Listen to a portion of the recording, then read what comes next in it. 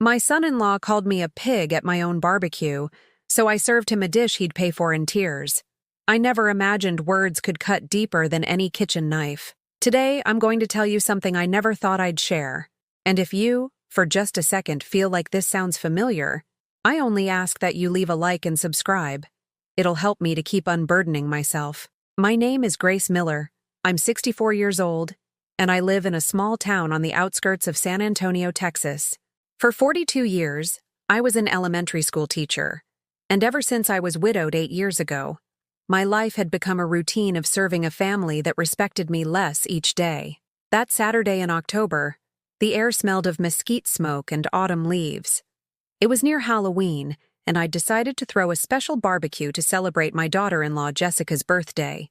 I got up before dawn, as always, when the paved sidewalks of my neighborhood still shimmered with dew, and the neighborhood stray cats were scavenging for their morning meal.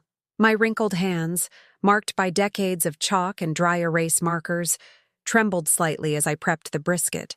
I had spent nearly my entire pension check for the month to buy the best meat from Henderson's butcher shop, a whole brisket, spicy sausage links, and chicken marinated in my secret spice rub.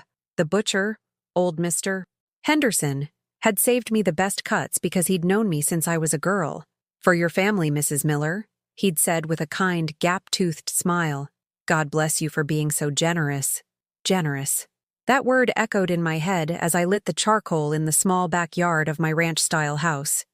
The faded blue painted walls reflected the morning sun, and the geraniums I'd planted in terracotta pots seemed to smile from their corners. My late husband, Walter, had built this house with his own hands, board by board, dream by dream, the aroma of burning charcoal mixed with the smell of strong coffee brewing in the kitchen. I'd made fresh squeezed lemonade, a big pot of Texas-style pinto beans, guacamole with serrano peppers from my garden, and cornbread I'd been mixing since 5 in the morning.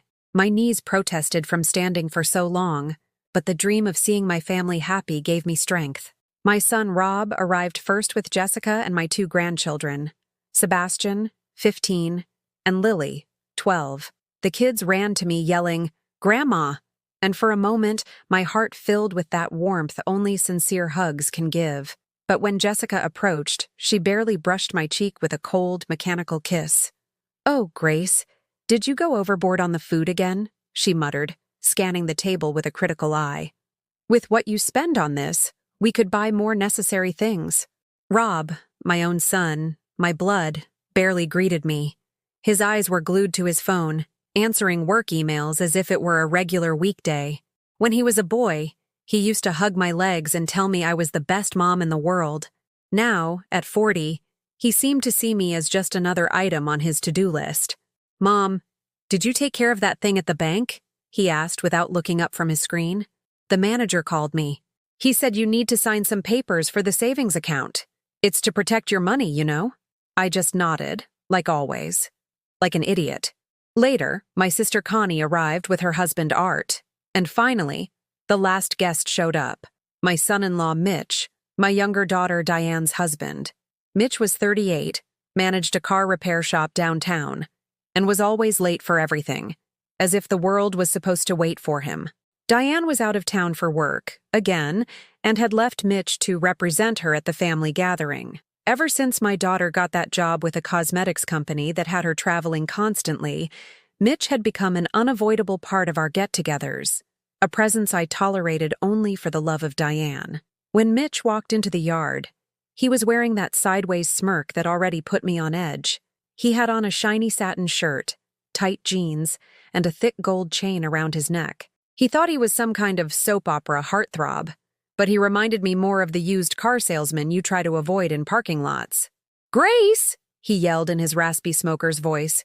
"Good to see you're still alive and kicking." The phrase stung, but I ignored it, just as I'd learned to ignore so many things. I focused on flipping the brisket on the grill, feeling the heat rise to my face, which was already flushed from the effort and my nerves. Mitch walked over to the barbecue pit with a beer in his hand, swaying slightly. It wasn't even 2 in the afternoon, and he already smelled of alcohol. He stood there watching me for a few seconds, as if he were sizing up a piece of merchandise at a flea market. Then, with that smile that chilled my blood, he dropped the line that would change everything. "Hey, Grace, who let this pig get so close to the fire? With all that fat, she's gonna go up like a firecracker." The world stopped. The crackle of the coals, the voices of my grandchildren playing, the distant sound of traffic. It all faded into a deafening silence. I felt as if someone had dumped a bucket of ice water over my head, but at the same time, as if I were burning from the inside out. Mitch laughed at his own joke, a harsh, cruel sound. Rob glanced up from his phone for a second, then immediately looked back down, as if he hadn't heard a thing. Jessica bit her lip and pretended to be busy pouring lemonade. My sister Connie looked at me with pity, but said nothing. She never said anything. The only ones who reacted were my grandchildren.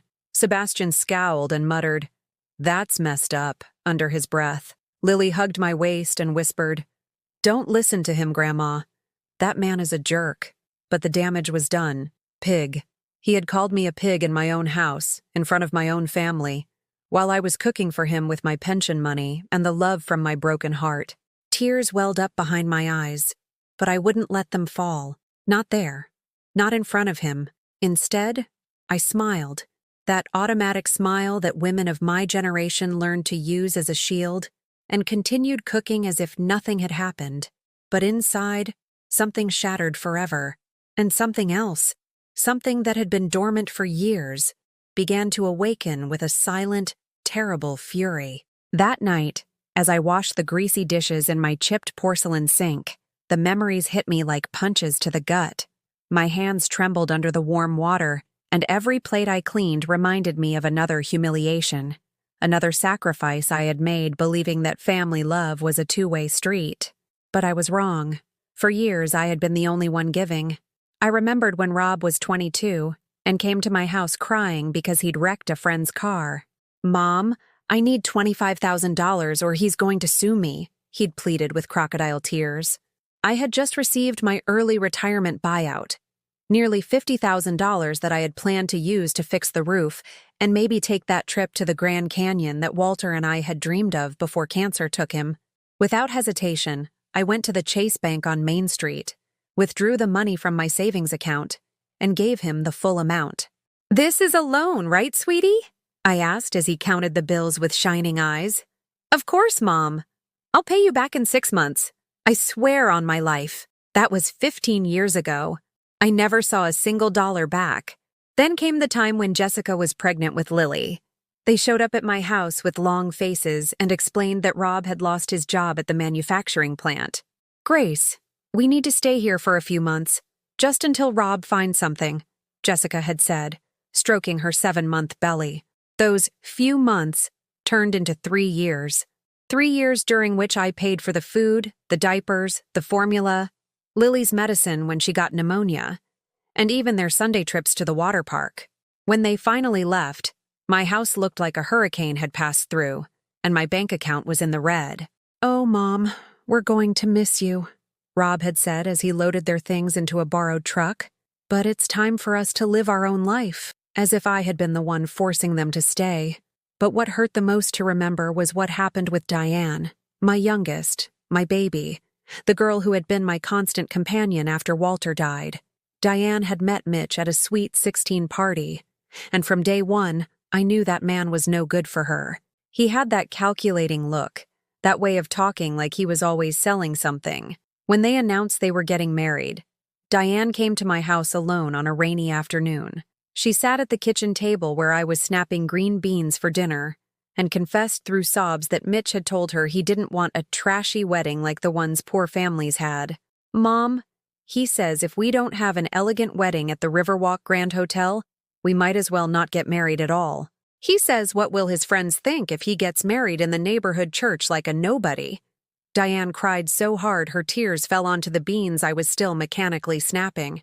The Riverwalk Grand Hotel. 200 guests, a live band, a designer dress from Dallas, flowers flown in specially from California, all for the modest sum of $20,000, exactly everything I had left in my teacher's retirement savings account. "What if we don't have that wedding?" I asked, though I already knew the answer. "Then Mitch says he'll find someone who actually values him," Diane replied, wiping her nose with the back of her hand. That same night, I went to the ATM at the 7-Eleven and withdrew every last cent.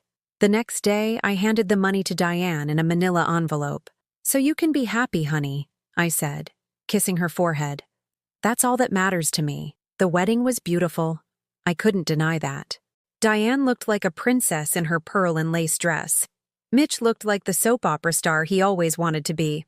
But when it came time for the thank yous, he only mentioned his own parents, who had paid for their honeymoon in Cancun. My sacrifice, my money, my years of savings, invisible, as always. Then came the constant emergencies. Mitch needed money for a business that never took off. Diane needed it for medical bills when she got gastritis. Then to paint their house. Then to replace the car's transmission. It was always urgent, always just this once. And they always came to my door together with those angelic faces they had perfected since childhood. And I always said yes. I sold the gold earrings Walter had given me for our 10th anniversary. I pawned his pocket watch that had belonged to his grandfather. I sold the living room furniture we had bought together when we were newlyweds, and anything seemed possible. Every time I handed over the money, they promised to pay me back as soon as things got better. Every time, I believed them because I wanted to believe. Because I needed to believe that my children loved me for something more than my ability to rescue them from their problems. But things never got better, and the loans were never repaid. The worst came 2 years ago, when I was diagnosed with diabetes and my blood pressure shot up so high that I ended up in the county hospital for 3 days. I called Rob, Diane, my siblings. "Don't worry about me," I told them from the hospital bed. "I just wanted you to know where I was." Rob visited once, stayed for 10 minutes while staring at his watch, and left saying he had a work meeting. Diane sent me a text. "Oh, Mom, that's awful. But I'm in Austin for work. I'll see you as soon as I'm back." She never came back that week. It was my neighbors, Mrs. Gable next door, Mrs. Rodriguez from across the street, old Mr. Chen from the corner, who brought me homemade soup, who stayed with me during the nights when the medicine kept me awake and scared. People who barely knew me showed more love than my own children. When I was discharged, I found my house exactly as I had left it. No one had come to clean, to water the plants, to collect the mail. The geraniums had withered in their pots, and letters were piled under the door like dead leaves. That night, sitting on my bed staring at the medical bills I didn't know how I would pay, I asked myself a question I had avoided for years. What would happen if I disappeared tomorrow? How long would it take them to notice? The answer chilled my blood. They would probably only notice when they needed something from me. Now, as I finished drying the last plate from the barbecue where I'd been called a pig, that same question returned with greater force. But this time, it was accompanied by a more dangerous one. What if I stopped being available for when they needed me? I put the plate on the shelf, hung the dish towel on its hook, and for the first time in decades, I didn't plan what I was going to cook the next day for my family. For the first time in my life, I started to plan for me. The days after the barbecue became a silent torture. Every morning when I woke up in my king-sized bed that now felt huge and cold, the word pig echoed in my head like the tolling of the church bells downtown. I couldn't shake it, like when you burn yourself with hot oil and the pain lingers for days. The following Tuesday, Diane returned from her trip to Chicago. She arrived at my house around 8 at night, just as I was eating a fried egg with pinto beans, the only thing I had left to make after using up all my groceries on that damn barbecue. She had suitcases full of new clothes, and excitedly told me about the 5-star hotels she'd stayed in. "Oh, Mom, you should have seen the towels at the hotel. So fluffy, and the breakfasts. Amazing. They had everything. Fresh fruit, freshly squeezed orange juice, artisanal pastries." Diane talked as she poured herself a glass of water from the pitcher I always kept full in the fridge. "So, how did the barbecue go with Mitch?" I asked, hoping for maybe an apology, an explanation, something that would give me back a shred of dignity. Diane shrugged. "Oh, you know how Mitch is. Sometimes he's a bit much with his jokes, but he's not a bad person. Besides, you know he cares a lot about you. He cares a lot about you." The words sounded like a joke. Is that how you show you care for someone? By calling her a pig in front of her entire family? Diane, Your husband disrespected me. He said, the words got stuck in my throat like fish bones. Oh, Mom, don't be so sensitive. Mitch is just like that. Kind of a clown. He was probably just kidding. You know men are more direct when they talk. Diane grabbed a tortilla from the stove and made a taco with the leftover beans. My dinner had become her snack. Kidding? You think it's a joke for him to call me? Mom, really, don't overthink it. Mitch works hard. He's stressed with the shop. Sometimes he says things without thinking. But you know we care about you. Don't you see how we always come to visit? We always come to visit. As if it were charity. That conversation was like a second slap in the face. Not only had she allowed her husband to humiliate me, but now she was asking me to tolerate it, to excuse it, to be the one to understand his jokes. The following Saturday was my 65th birthday. I woke up with a strange mix of hope and resignation. Maybe this time would be different. Maybe they'd call early, come over with a cake, tell me it was a bad joke, and that they were sorry. I waited all morning. I made extra sweet coffee, just in case they came. I swept the patio twice so it would be perfect. I put on my navy blue dress, the one Diane always said looked nice on me. At 3 in the afternoon, my cell phone buzzed. A text message from Rob. Happy birthday, Chief. Sorry we can't make it. Jessica has a migraine and the kids have homework. We'll make it up to you soon. Diane sent me a photo from a seafood restaurant in Port Aransas. Happy B-Day, Mommy.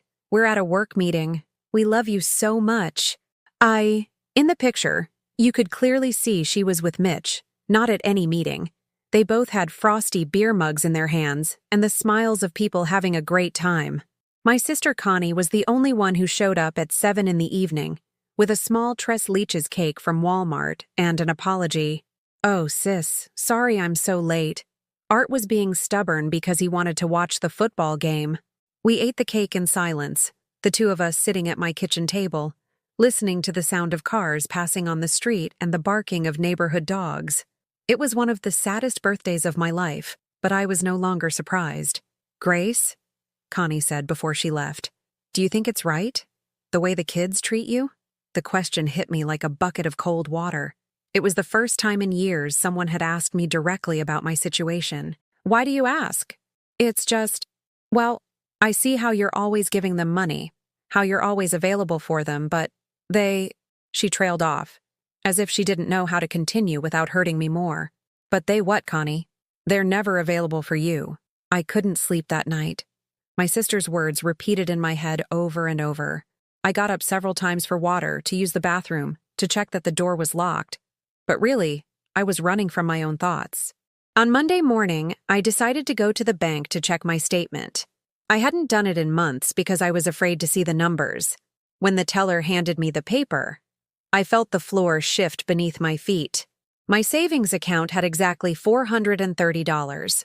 My monthly pension was $2,500. After paying for electricity, water, gas, phone, and my diabetes medication, I had barely $300 left for food each month. $300 for a whole month.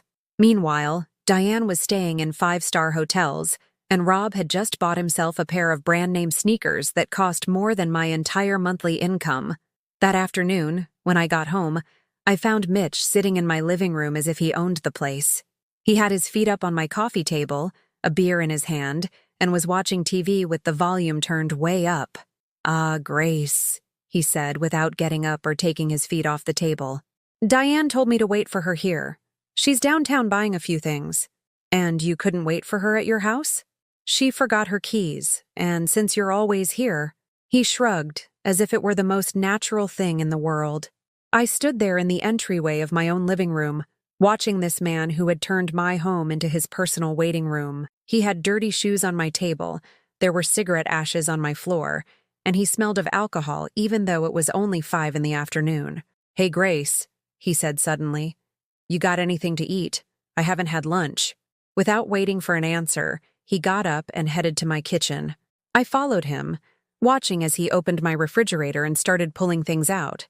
The eggs I'd bought for the week, the cheese I was saving to make myself some quesadillas, the salsa I'd prepared so carefully. "No, no, no," I said, stopping him. "That food is for the whole week. Mitch looked at me as if I'd said something hilarious. Oh, come on, Grace. Don't be stingy. I'm just gonna make a couple of eggs. Besides, what are you saving it all for? You live here all alone anyway. The phrase hurt more than when he'd called me a pig. Because it was true. I lived alone, completely alone. He made himself 3 eggs with cheese, tortillas, and salsa. He ate my food while I watched him from the kitchen doorway, feeling like a stranger in my own home. When he finished, he left the dirty dishes in the sink and went back to the living room. Hey, is your Diane coming soon? I'm getting bored. Diane arrived 2 hours later, loaded with shopping bags from the mall. She was beaming, happy, with new clothes and shoes that I knew cost more than I made in a month. Oh, honey, sorry for the delay. I found some amazing deals. She gave Mitch a quick kiss and then looked at me. Mom, you don't mind that Mitch waited here, do you? You don't mind? As if I had a choice. As if my opinion mattered at all. No, honey, I don't mind. A lie? Everything bothered me. His face, his presence, the way he took over my space. But most of all, I was bothered by my own cowardice in not saying that yes, it did bother me. When they left, I sat at my kitchen table and looked at the dirty dishes Mitch had left behind. The plate with dried egg residue, the greasy glass, the fork with bits of food stuck to it. For the first time in my life, I didn't wash them immediately. I just sat there, looking at them, wondering when I had allowed my house to become a free restaurant and me the invisible cook. It was then that I made a decision that would change everything. The next day, I would go to the bank, not to check my account, but to ask something I hadn't asked in years, to ask what my options were. The next day, I walked the 6 blocks to the Community First Credit Union with a determination I hadn't felt in years.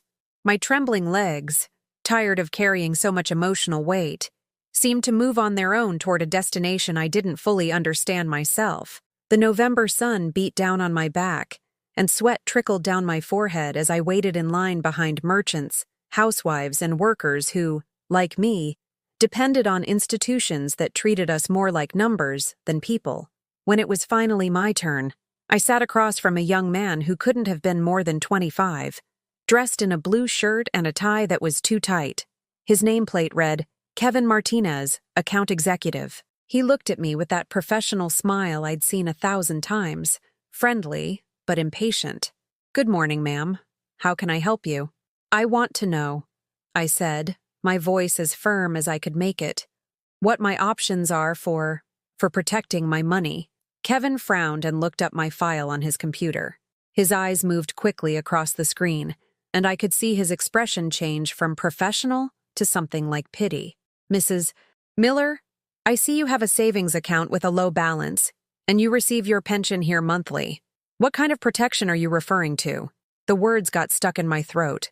How do you explain to a stranger that you need to protect your money from your own children? How do you admit that your family sees you as a walking ATM? It's just, sometimes my family asks to borrow money and I don't have enough to live on anymore. Kevin nodded with a level of understanding that surprised me. Apparently, I wasn't the first older woman to come in with that story. I understand completely, ma'am. Look, we have several options. We can open an account that requires your signature and that of an authorized person for any withdrawal over $100. Or we can set up a fixed-term investment account that can't be touched for a set period of time. And no one else can take money out of those accounts? No one. Only you, with your ID and signature. For the first time in months, I felt something like relief. I signed the papers to transfer my pension to a new account, one that no one else would know about. It was a small step, but it felt like climbing a mountain.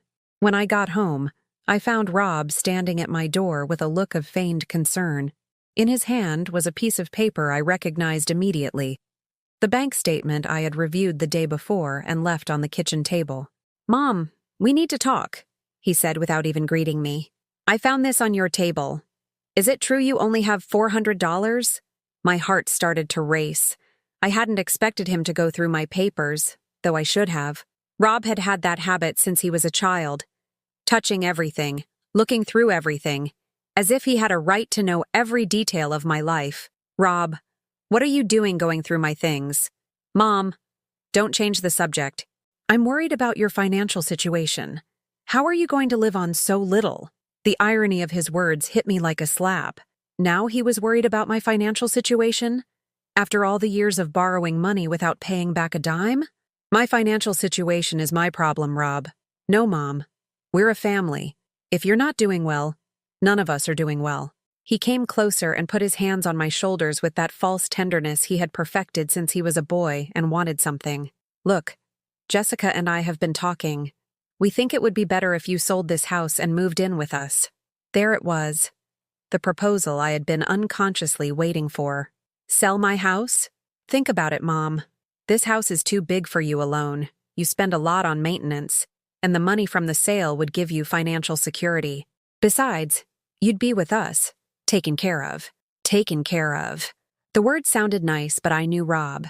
I knew that calculating look he'd inherited from his father, but without the honesty Walter always had. And where would I sleep at your house? Well, we could rearrange things. The kids can share a room, and you can have Lily's room. It's small but cozy. Lily's room. A 10 by 10-foot room with a window that faced the utility porch and had permanent dampness on the walls. I had been in there many times when I babysat my grandkids. It was more of a large closet than a room. And the money from the sale of my house? Well, obviously we'd keep it in a joint account. I'd help you manage it so it lasts longer. You know I'm good with numbers. A joint account. Of course. Rob, give me time to think about it. Time?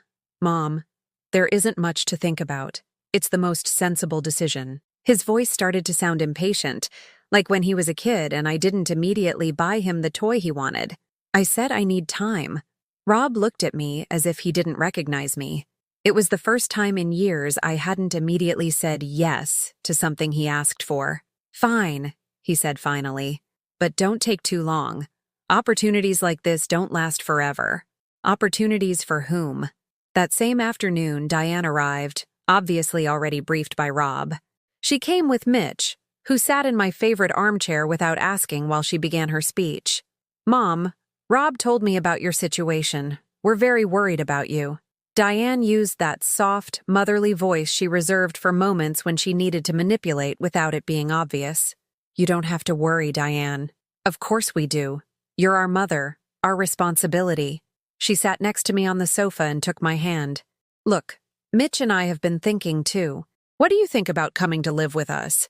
Mitch looked up from the football game he'd put on my TV without asking. Yeah, Grace. We've got more room at our place than Rob does. We have a little spare room that's empty. We can put a bed in there and it would be really comfortable. The spare room. The one where the housekeepers they used to hire lived before it got too expensive to pay them. Besides, Diane continued, we could take better care of your money. Mitch is starting an auto parts business that's going to be really profitable. We could invest the money from your house in it, and you'd get dividends every month. Dividends? I asked, though I already knew where this was going. Yes, Mom, as a partner in the business. Imagine, instead of having the money just sitting there earning nothing, it would be growing every month. Mitch turned off the TV and came closer with that smile that set my teeth on edge. Grace, I'm going to be honest with you. My business needs a strong initial investment to get off the ground. If you put the money from your house in, I'll double your investment in 6 months. I guarantee it. I guarantee it.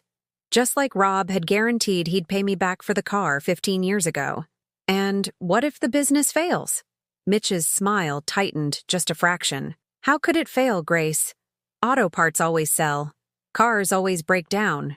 It's a sure thing. Besides, Mom, Diane chimed in, we'd be together. You could help me with the housework. We could spend more quality time together. Help her with the housework. Of course. I wouldn't be a guest in her home. I'd be the unpaid housekeeper. I need to think about it, I said again. Mitch stood up abruptly from the armchair. What is there to think about, Grace? We're offering you a golden opportunity. Or do you prefer to stay here alone? Poor? Eating beans every day? Mitch, Diane muttered reproachfully but without much conviction. No, Diane. Sometimes you have to be blunt. Your mom can either keep living like a beggar, or she can be smart and take this opportunity. Beggar. After pig, now beggar. I think it's time for you to leave, I said with a calm that surprised even me. Excuse me? Mitch looked at me as if I'd spoken in another language. Leave my house. Now. Diane turned pale. Mom, what's gotten into you? We're trying to help you. You're not helping me. You're pressuring me. And I don't like it. Mitch stepped toward me with an expression I'd never seen on him before. His eyes had become hard, cold. Look, Grace, I don't know what bug got up your butt, but you're making a huge mistake. We are your family. Without us, you're nothing. Without you, I'm nothing. The words hung in the air like toxic smoke. Finally, someone had said out loud what they all thought, but had never dared to say. Out, I whispered. What did you say? Get out of my house! It was the first time I had yelled in decades. My voice echoed off the drywall, bounced off the wooden ceiling beams, and escaped through the windows into the street where my neighbors were probably wondering what had happened to the always quiet Mrs. Miller. Diane and Mitch left without saying goodbye. But before he closed the door, he turned back to me. You're going to regret this, Grace. You're going to see what it's like to be truly alone. When they left, I stood in the middle of my living room, trembling from head to toe. But it wasn't fear I felt. It was freedom. For the first time in over 40 years, I woke up without a mental list of things I had to do for others. I didn't have to make breakfast for anyone but myself. I didn't have to wash someone else's laundry. I didn't have to answer texts asking if they could swing by for something quick or if I had a few bucks saved up. I stayed in bed until 9 in the morning, something I hadn't done since Walter died, and I assumed the role of 24/7 on-call family emergency service. The sun filtered through the cotton curtains I'd sewn myself years ago, creating golden patterns on the tile floor my husband had laid with so much love. My house felt different, quieter, but not with the heavy silence of loneliness. It was a clean silence, like after a storm when the air finally settles and you can breathe deeply without a weight on your chest. I got up slowly, without rushing, and made myself coffee with cinnamon. But this time I added more sugar than usual because I no longer had to worry about making it last for unexpected visitors. I sat at my kitchen table, the same one where I had signed away so much money for loans that were never repaid. But now I poured my coffee into the fine china cup that had been my grandmother's, the one I usually saved for special occasions that never came. As I savored each sip, I realized something extraordinary. For the first time in decades, I didn't know what was going to happen that day. I didn't have to go to the grocery store because someone was coming over to eat. I didn't have to clean because someone was bringing guests. I didn't have to cook extra just in case one of my kids showed up hungry. I could do whatever I wanted. The idea both scared and thrilled me. What does a 65-year-old woman who has spent her whole life caring for others do when she can finally care for herself? I decided to start with something simple. Eat breakfast like a queen. I went to my small refrigerator, and for the first time in months, I took out anything I felt like eating without calculating if it would be enough for other people. Eggs, sharp cheddar, sausage, avocado, sour cream, pinto beans. I made myself the biggest breakfast I'd had in years, and I ate it slowly, chewing every bite as if it were the first time I'd ever tasted food. After breakfast, I did something I hadn't done in years. I went for a walk around my neighborhood with no destination in mind. I wasn't going to the store, not to the bank, not to solve anyone's problems. I just walked. The paved streets of my neighborhood looked different when you weren't in a hurry to get somewhere. I stopped in front of Mrs. Gable's house, my 80-year-old neighbor who was always watering the plants on her porch. I'd never had time to chat with her beyond a quick hello. "Good morning, Mrs. Gable," I said, approaching her fence. "Oh, Grace, dear, how lovely to see you. How are you?" "Very well, thank you. Your flowers are looking beautiful." Mrs. Gable beamed with pride. "Thank you, honey. You know what? I've been meaning to ask you for years if you'd like to trade cuttings. I have some lovely geraniums, and I see you have those gorgeous bougainvilleas." Such a simple, normal human conversation. There were no ulterior motives, no hidden requests, no manipulation. Just two older women talking about plants. I spent almost an hour chatting with Mrs. Gable. She told me about her grandkids living in California, about her arthritis that acted up on cold mornings, about the chili recipe she'd inherited from her great-grandmother. I told her about my geraniums, about how Walter had taught me to care for plants, about the time when I was teaching, and my garden was my refuge after difficult days with restless children. When I said goodbye, I felt lighter. as if I'd remembered that I too had interesting things to say, that my life had value beyond what I could give to others. On my way home, I passed by the Rolling Pin Bakery, where I'd bought bread for 20 years, but always in a hurry, always calculating exactly how much the family needed. This time, I went in with no list, no strict budget, thinking of no one but myself. "Morning, Mrs. Miller," greeted Rosie, the baker's daughter. "The usual?" The usual was a half-dozen dinner rolls and 2 cinnamon buns, the bare minimum to last the week. But today wasn't a usual day. "Today I want to try something different, Rosie. What do you recommend?" Rosie's eyes lit up. She clearly wasn't expecting that question. "Oh, Mrs. Miller, my dad just pulled some amazing cheese danishes out of the oven. And we have sugar cookies, bear claws, and these apple turnovers we hardly ever make because they sell so slow. Give me one of each thing you mentioned." "Really? All of them?" "All of them." I left the bakery with a bag full of pastries that smelled like heaven, feeling as though I'd done something tremendously rebellious.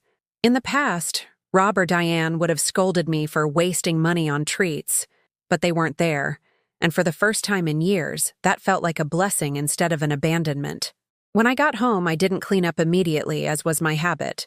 Instead, I sat in my favorite armchair, the one I used to avoid because I always saved it for guests, and ate a cheese Danish while watching the midday soap operas I never had time to enjoy.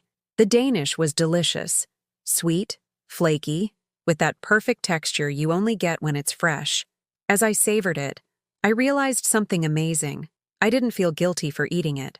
There was no voice in my head telling me I should have saved that money for something more important, or that it was selfish to spend on myself. That afternoon, my phone rang. It was a number I didn't recognize. "Mrs. Grace Miller?" "Yes, this is she." "This is Mr. Davies, from the law firm Davies & Associates. Could you come to my office tomorrow afternoon? I have something important to discuss with you." My first thought was panic. Was someone suing me? Had I done something wrong by changing my bank accounts? But then I remembered the bank executive's words.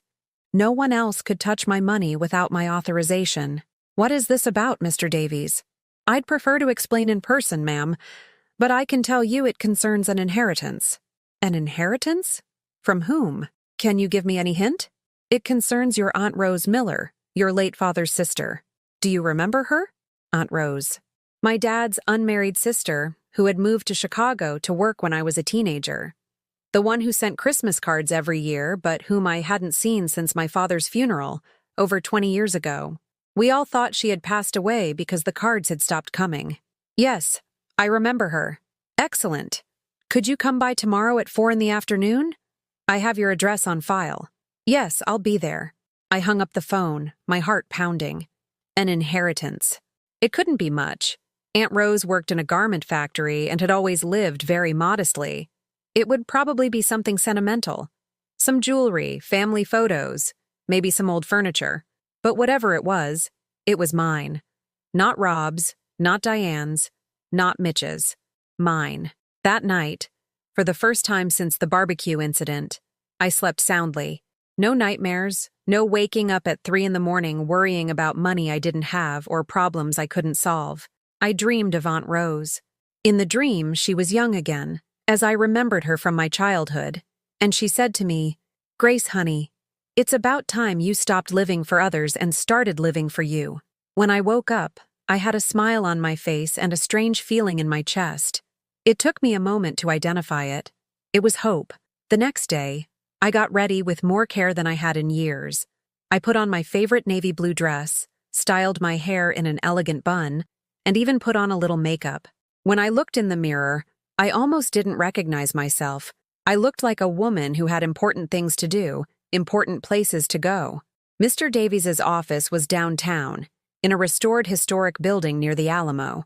When I arrived, the receptionist offered me coffee and treated me with a courtesy I hadn't experienced in a long time. As if I were someone important, someone whose time was worth respecting. Mr. Davies was a middle-aged man with distinguished gray hair and a genuine smile. He welcomed me into his office, which was filled with Persian rugs and law books that reached the ceiling. "Mrs. Miller, I'm very sorry for the loss of your aunt. She was an extraordinary woman. Did you know her?" "For the last 10 years, yes." She hired me to handle her legal affairs when she decided to retire. Retire? Aunt Rose had managed to retire, something not all women of her generation could do. Mrs. Miller, the lawyer continued, opening a thick folder, your Aunt Rose named you as her sole heir. And I must tell you, she was a very shrewd woman. He handed me several documents that I reviewed with trembling hands. At first, the numbers didn't make sense. Too many zeros. There had to be a mistake. Mr. Davies, is this correct? Are these US dollars? Yes, ma'am. It's all correct. Your aunt inherited money from an employer who held her in high esteem, invested it wisely for 30 years, and never married or had children. You were the only family she had left. $280,000. For the first time in my life, I was wealthy. I didn't tell them anything about the inheritance.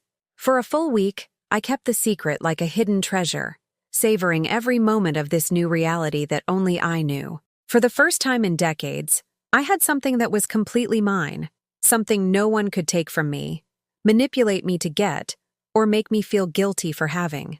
Every morning when I opened my eyes, I remembered that I was no longer the poor, desperate Grace who begged her children for a little dignity.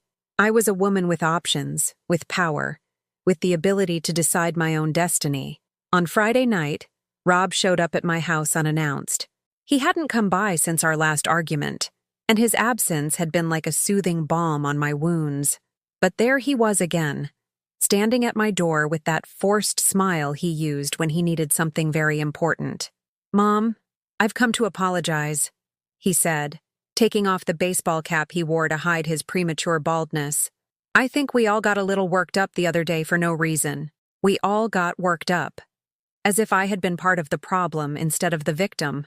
Oh, really? Yes, Mom. Jessica and I have been talking a lot about your situation, and we want you to know you can count on us. He sat in my living room without being invited, in the same armchair where Mitch had put his dirty feet on my table. In fact, I've come to make you a better offer. Here it came again. The carrot after the stick. I'm listening. Look, Mom, we know you might not be thrilled with the idea of living with us. We get that you want your independence. Rob spoke in that slow, condescending voice he used when he wanted to seem reasonable. So we thought of another option. He leaned forward, as if about to tell me a big secret. How about we sell your house, but instead of you moving in with us, we buy you a small condo nearby? Something small, easy to maintain, but yours. And with the money left over from the sale, we invest it in a family business. A family business. Of course. What kind of family business? Well, Jessica has connections in the import sector. We could bring in products from overseas and sell them at local markets.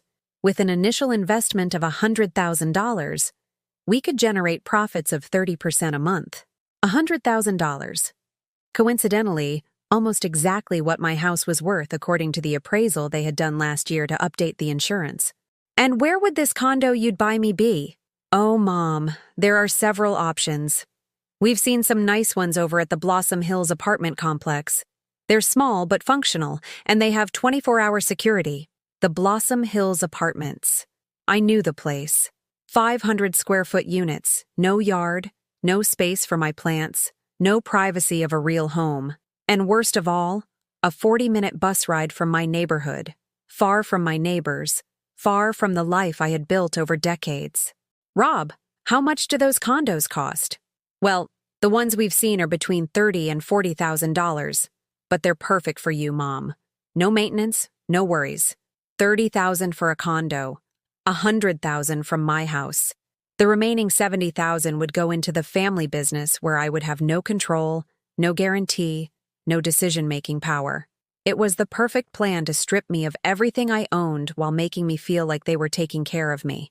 I need to think about it, I said again. Mom? Rob stood up and walked to the window, as if losing his patience. I don't understand why you keep saying you'll think about it. It's an incredible opportunity. Besides, frankly, you don't have many options. Why do you say that? He turned to me with an expression I had never seen on him before. Cold, calculating, almost cruel. Because you're alone, Mom. Because you have no money. Because every day you're getting older and more helpless. We are the only thing you have in this world. The only thing you have in this world. And if I don't accept your proposal, what happens? Rob shrugged with an indifference that chilled my blood. Then you stay here alone, living on $400 a month until you get seriously ill or something bad happens to you. And then you'll really need us. But maybe by then it'll be too late to do things right. It was a threat disguised as concern. He was telling me that if I didn't voluntarily hand over my assets, he would wait until I was desperate or sick enough for him to take them anyway. Rob, I said, getting up from the sofa, I think it's time for you to leave. This again, Mom? Are you seriously going to kick out your own son? Yes. I need you to leave my house. Fine, he said, heading for the door. But when you regret this, when you're alone and scared in this old house, don't come crying to me. After he left, I sat in my kitchen and made myself a chamomile tea to calm my nerves. But for the first time, I didn't feel devastated after a conversation with Rob. I felt clear, as if I had finally understood something I had been refusing to see for years. My children didn't love me. They tolerated me as long as I was useful to them. On Sunday morning, I decided it was time for them to meet the new Grace. I called Rob, Diane, my sister Connie, and even my brother-in-law Art. I told them I needed to speak with all of them urgently, that I had made an important decision about my future and wanted to tell them in person. Are you going to sell the house, Mom? Diane asked over the phone, and I could hear the barely contained excitement in her voice. We'll see, was all I said. I prepared for the meeting as I had prepared for so many family barbecues, but this time with a completely different purpose. I took out my best china, the set I inherited from my mother and only used on very special occasions. I made coffee, fresh lemonade, and bought a tres leches cake from the most expensive bakery in the neighborhood.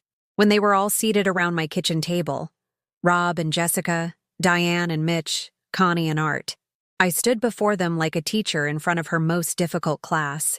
I've gathered you all here, I began in the calmest voice I could manage, because over the last few weeks, you have all been very concerned about my financial situation and my future.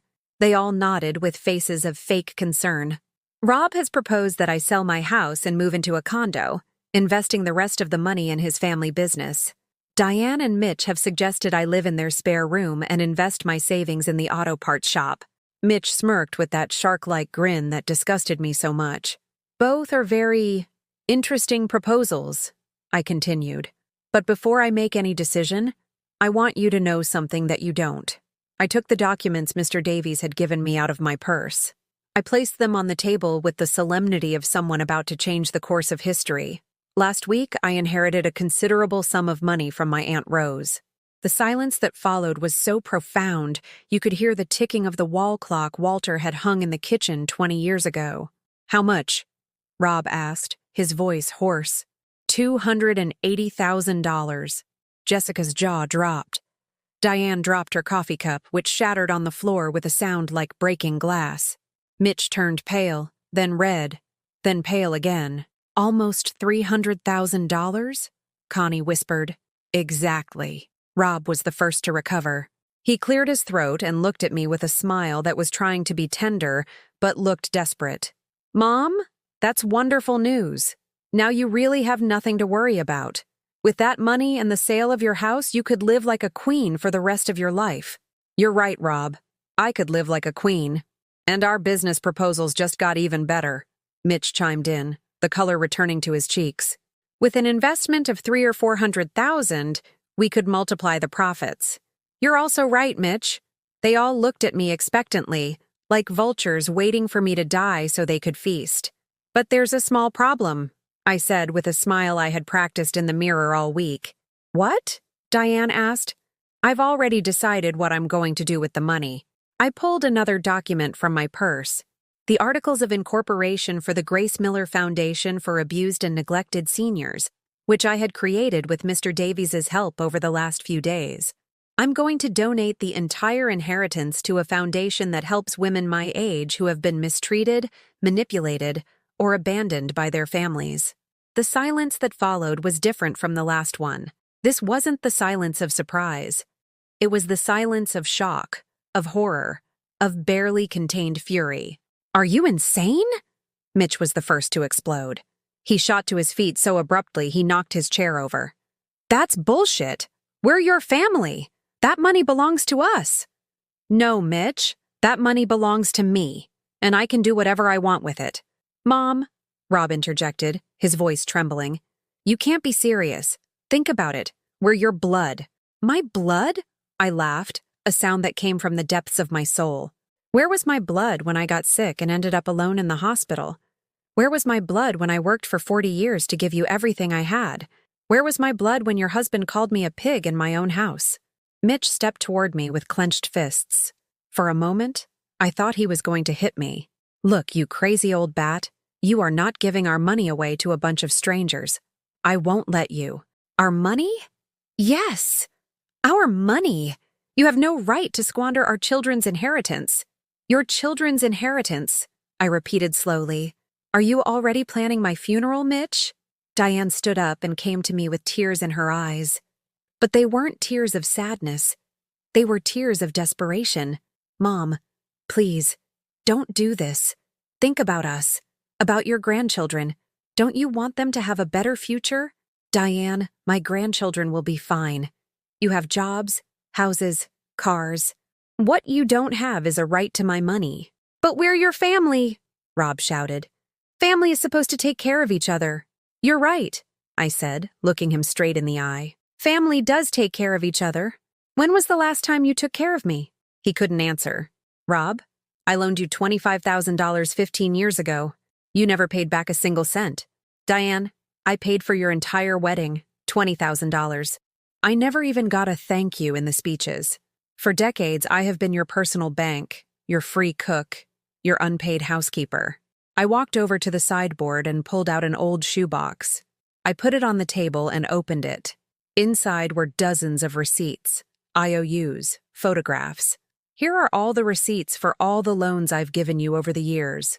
$25,000 to Rob, $20,000 for Diane's wedding, $5,000 for Jessica's dental surgery, $1,000 for new tires on Diane's car, $2,000 for the kids' summer camp fees. I added them up out loud, watching their faces grow paler and paler with each amount. In total, over the last 20 years, I've given you more than $60,000 in loans that were never repaid. The silence was deafening. So, when you talk about our money, Mitch, I'll remind you that you've all already received your inheritance. You spent it. And now you want more. I took the receipts, put them back in the box, and closed it. This meeting is over. I want you to leave my house. All of you. We're not leaving, Mitch said, planting himself in front of me. Not until you come to your senses. Then I'll call the police. Call them, he yelled. Let's see if they believe a crazy old woman over her concerned family. That's when I took out my phone and played a recording. My voice and Mitch's voice from the day of the barbecue crystal clear. Hey, Grace, who let this pig get so close to the fire? With all that fat, she's gonna go up like a firecracker. Mitch froze. I've been recording all our conversations since that day, I said calmly. I have proof of everything. The threats, the manipulation, the insults. If anyone is calling the police, it will be me. One by one, they filed out of my house. Rob was the last to leave, and before he closed the door, he looked at me with an expression I will never forget. This isn't over, Mom. You're going to regret this for the rest of your life. Rob, I said before I shut the door. For the rest of my life, I'm going to regret that it took me so long to do it. When they were finally all gone, I sat down in my living room and cried. But I wasn't crying from sadness. I was crying from relief. The first few days after the confrontation were like learning to breathe again.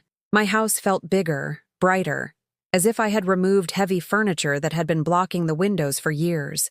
The silence was no longer the painful absence of love, but the peaceful presence of freedom. A week after the family meeting, I decided to do something I had been putting off for 40 years. See the ocean. Walter and I had always talked about going to Florida for our anniversary, but every year something more important came up. A family emergency, an unexpected expense, an urgent request for money that pushed our dreams to the back burner. Now, sitting in the Happy Trails travel agency downtown, I looked at colorful brochures of hotels on the Gulf of Mexico, while the agent, a young woman named Sophia, patiently explained the options. Is this your first time at the beach, Mrs. Miller? Yes, honey. My first time. How exciting. I'm going to recommend the Sandpiper Resort in Clearwater Beach. It has a beautiful view and is right on the sand. Plus, it's all-inclusive, so you don't have to worry about a thing. Not worry about a thing. What did that even feel like? And how much would a week cost? For a room with an ocean view, it would be $2,200. Everything included. $2,200. In the past, that amount would have given me an anxiety attack. It was more than my entire monthly pension. But now, with my new financial reality, it was simply the price of an experience I deserved after decades of denying myself. Perfect. I'd like to book it for next week. The flight to Florida was my first time on a plane since my honeymoon 45 years ago. I sat by the window, my hands trembling with excitement and nerves, watching San Antonio shrink until it became a map of tiny lights. The woman sitting next to me, an elegant woman in her 60s, noticed my nervousness. First time flying? She asked with a kind smile. In a long time, yes. Vacation? Yes. My first vacation, alone. How wonderful. I've been traveling alone ever since my husband passed 5 years ago. It's liberating, isn't it? To be able to go wherever you want, whenever you want, without having to check with anyone. Liberating. That word perfectly summed up what I had been feeling. When the plane landed and I felt the humid, salty air of the Gulf fill my lungs, something inside me broke and reformed at the same time.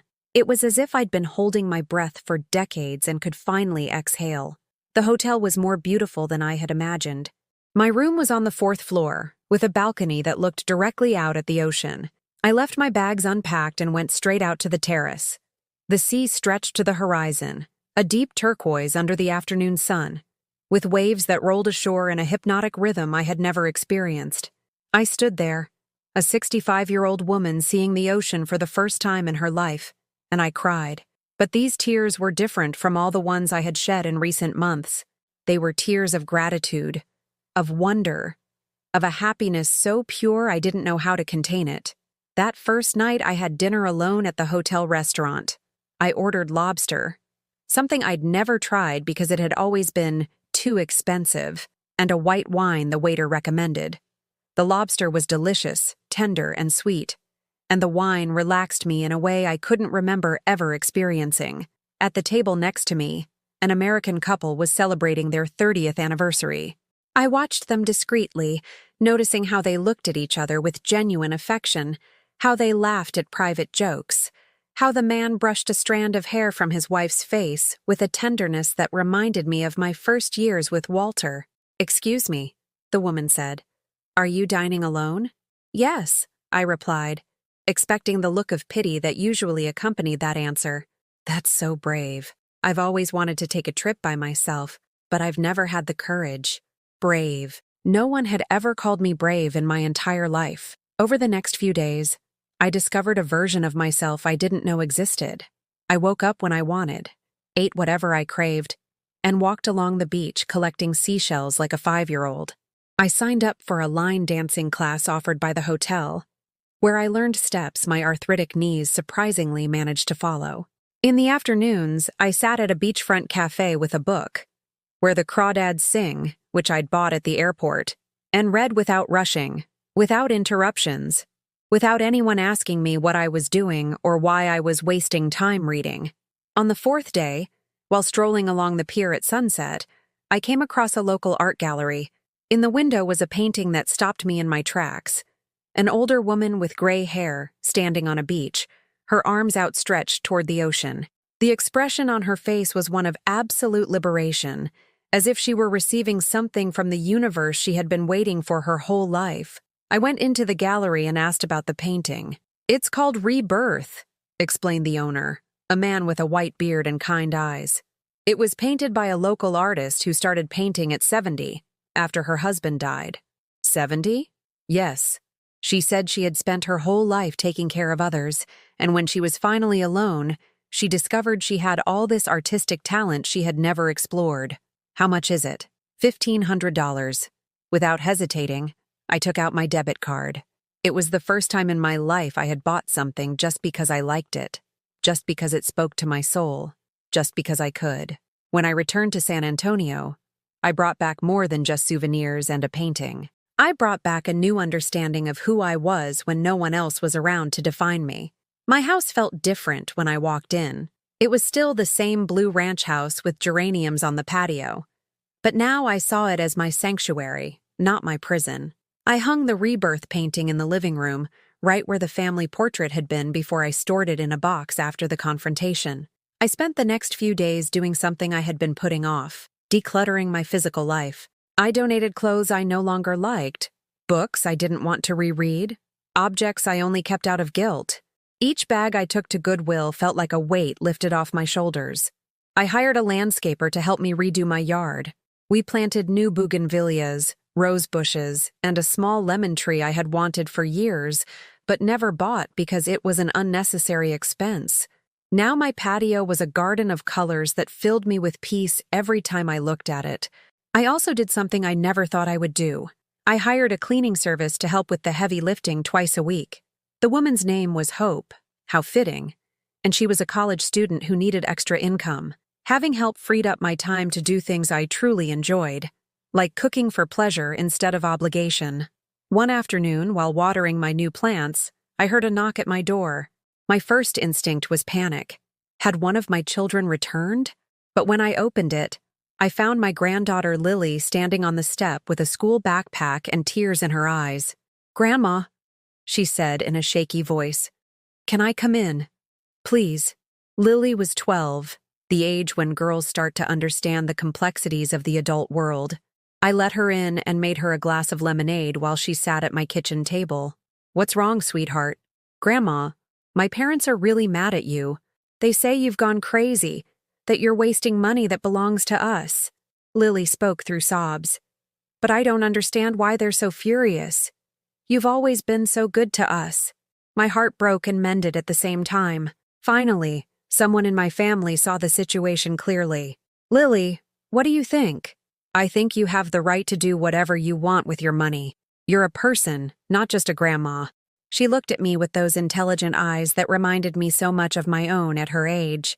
"And I think my dad and mom are being really selfish." "And is that why you came here?" "I came because I miss you. Since the fight, we haven't been able to come see you. My parents say you're not part of the family anymore." More tears. "But I don't want to lose you, Grandma." I hugged her tightly, smelling her strawberry shampoo and feeling how small she still was, despite her premature wisdom. "Sweetheart, you will never lose me. But you have to understand that sometimes adults make difficult decisions to protect themselves." "Is that what you did? You protected yourself?" "Yes, Lily. I protected myself. From my dad?" The question hurt because the answer was yes. I had protected myself from her dad, from her mom, from all the adults who were supposed to love me but only saw me as a resource to be exploited. Sometimes, honey, the people we love hurt us without realizing it. And when that happens, we have to set boundaries to protect our hearts. Lily nodded with a maturity that broke my soul. "Can I come visit you sometimes?" "Without telling my parents." "Sweetheart, I don't want you to get in trouble at home because of me." "It won't be your fault, Grandma. It'll be because I decided I still want to have a grandma who loves me without asking for anything in return." That afternoon, Lily and I cooked together as we had done so many times before. But this time was different. I wasn't babysitting my granddaughter out of family obligation. I was spending time with a little person who had chosen to love me despite her parents' pressure. When she left, I stood in my kitchen feeling something I hadn't experienced in months. Unconditional love. Lily loved me not for what I could give her, but for who we were together. That night, I looked at myself in the bathroom mirror before going to bed. The woman looking back at me had changed. She was still 65. She still had gray hair and wrinkles, but there was something different in her eyes. They were no longer the eyes of a victim. They were the eyes of a woman who had learned to value herself. They were the eyes of someone who had been reborn. 6 months later, as I write these lines sitting on the same patio where Mitch called me a pig, the April sun warms my face, and the scent of new lemon blossoms fills the air. My little tree already has small, green, promising fruit, like everything I've planted in these months of freedom. The Grace Miller Foundation for Abused and Neglected Seniors is now a reality. We have a small office downtown, 2 full-time social workers, and we have helped 17 women leave situations of family abuse.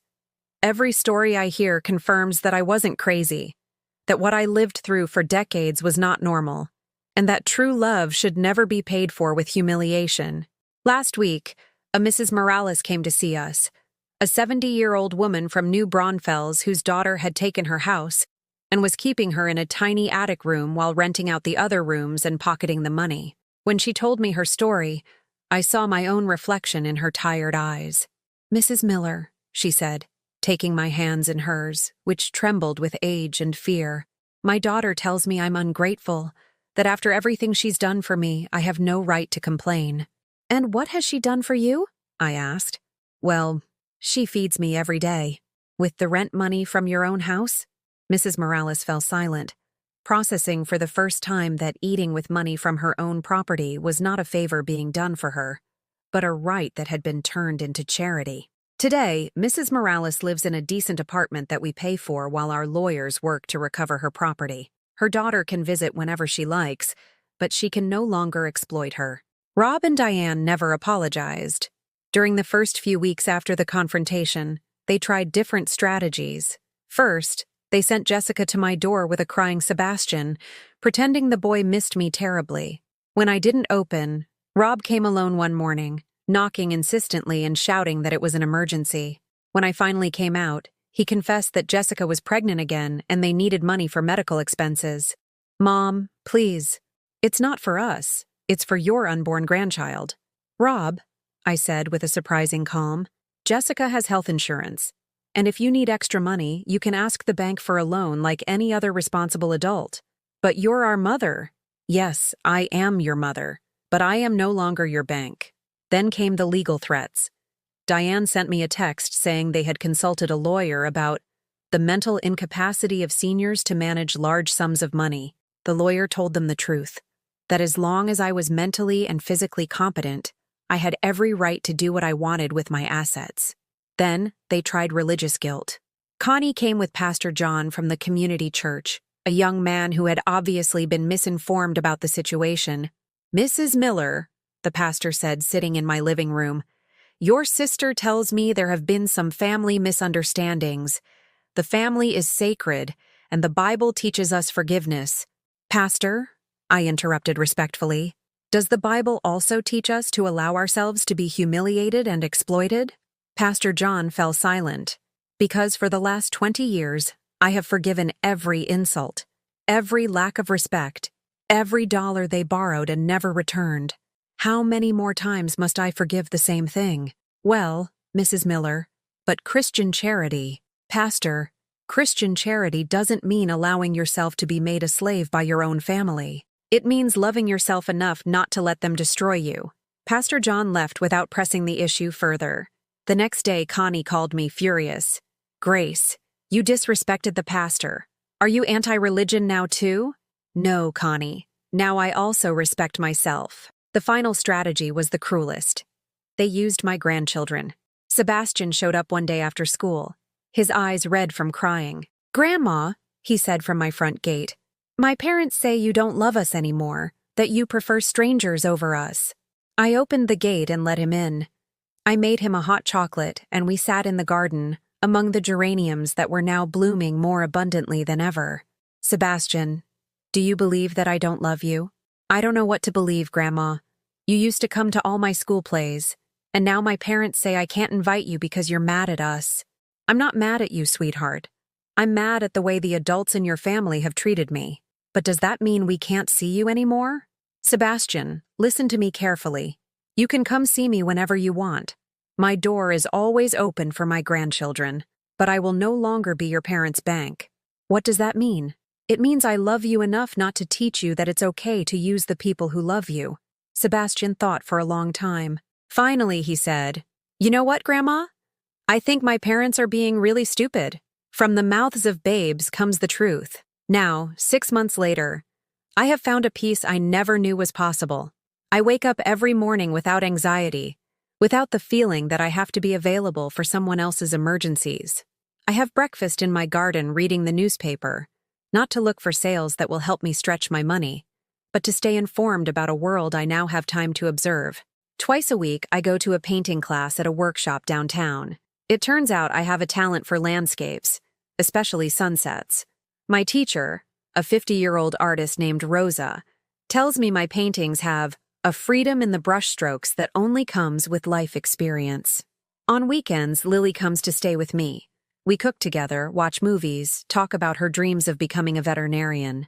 2 weeks ago, she asked me, "Grandma, why are my parents still mad at you?" "Because I learned to say no, sweetheart."